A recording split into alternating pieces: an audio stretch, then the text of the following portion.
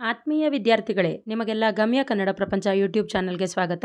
ಇಂದಿನ ಪಾಠ ಸಂಸ್ಕೃತ ಸಂಧಿಗಳು ಭಾಗ 2. ಈಗ ನಾವು ಸಂಸ್ಕೃತ ವ್ಯಂಜನ ಸಂಧಿಗಳ ಬಗ್ಗೆ ತಿಳಿದುಕೊಳ್ಳೋಣ. ಇದರಲ್ಲಿ 3 ವಿಧಗಳಿವೆ. ಮೊದಲನೆಯದ್ದು ಜಸ್ತ್ವ ಸಂಧಿ, ಎರಡನೆಯದ್ದು ಶ್ಚುತ್ವ ಸಂಧಿ ಹಾಗೂ ಮೂರನೆಯದ್ದು ಅನುನಾಸಿಕ ಸಂಧಿ. ಈಗ ನಾವು ಜಸ್ತ್ವ ಸಂಧಿಯ ಬಗ್ಗೆ ಉದಾಹರಣೆಗಳನ್ನು ನೋಡ್ತಾ ಹೋಗೋಣ. ವಾಕ್ ಪ್ಲಸ್ ಈಶ, ವಾಗೀಶ. ಅಚ್ ಪ್ಲಸ್ ಅಂತ, ಅಜಂತ. ಸತ್ ಪ್ಲಸ್ ಆನಂದ, ಸದಾನಂದ.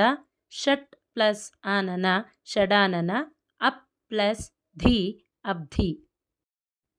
ಈ ಮೇಲಿನ ಉದಾಹರಣೆಗಳನ್ನು ಗಮನಿಸಿದಾಗ ಪೂರ್ವ ಪದದ ಕೊನೆಯಲ್ಲಿ ಕ, ಚ, ಟ, ತ, ಪ ಅಕ್ಷರಗಳಿಗೆ ಉತ್ತರ ಪದದ ಮೊದಲಲ್ಲಿ ಅದೇ ವರ್ಗದ ಗ, ಜ, ಡ, ದ, ಬ ಅಕ್ಷರಗಳು ಆದೇಶವಾಗಿರುವುದನ್ನು ನಾವು ಕಾಣಬಹುದು.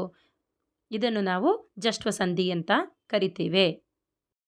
ಮುಂದೆ ನಾವು ಉದಾಹರಣೆಗಳೊಂದಿಗೆ ಶ್ಚುತ್ವ ಸಂಧಿ ಅಂದರೇನು ಅಂತ ನೋಡ್ತಾ ಹೋಗೋಣ.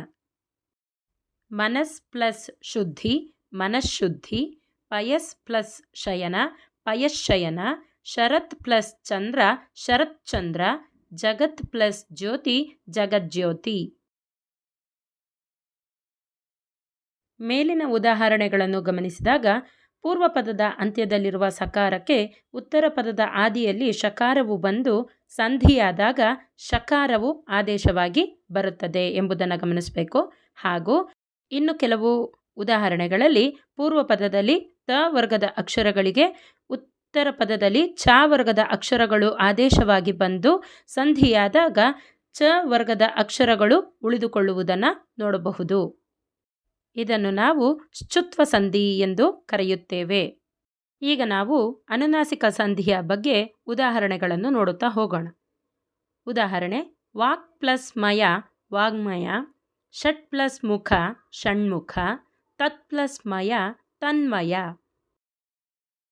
ಮೇಲಿನ ಉದಾಹರಣೆಗಳನ್ನು ಗಮನಿಸಿದಾಗ ಪೂರ್ವ ಪದದ ಕೊನೆಯಲ್ಲಿ ಕ, ಚ, ಟ, ತ, ಪ ಅಕ್ಷರಗಳಿಗೆ ಅದೇ ವರ್ಗದ ಅನುನಾಸಿಕ ಅಕ್ಷರಗಳಾದ ङ, ಞ, ಣ, ನ, ಮ ಅಕ್ಷರಗಳು ಆದೇಶವಾಗಿ ಬಂದಿರುವುದನ್ನು ಗಮನಿಸಬಹುದು.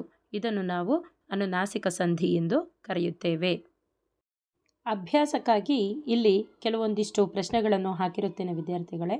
ಇವುಗಳನ್ನು ನಿಯಮಗಳನ್ನು ನೋಡಿಕೊಂಡು ಬಿಡಿಸೋದ್ರ ಮುಖಾಂತರ ನೀವು ಸುಲಭವಾಗಿ ಸಂಧಿಗಳನ್ನು ಮನನ ಮಾಡಿಕೊಂಡು ಪರೀಕ್ಷೆಯಲ್ಲಿ ಬರಿಬಹುದು ಅಂತ ಭಾವಿಸ್ತೇನೆ. ಧನ್ಯವಾದಗಳು.